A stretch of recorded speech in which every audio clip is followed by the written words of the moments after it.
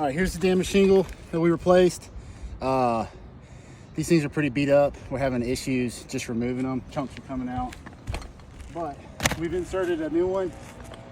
We're gonna put 4 nails in the nail strip.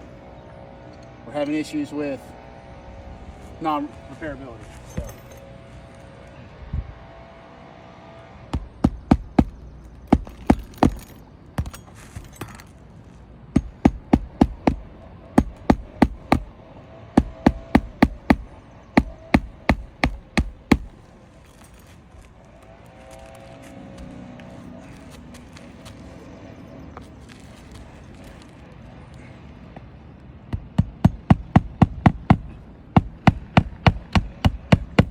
All right, I'm driving the nail 90 degrees in with the decking. It's manufacturing guidelines.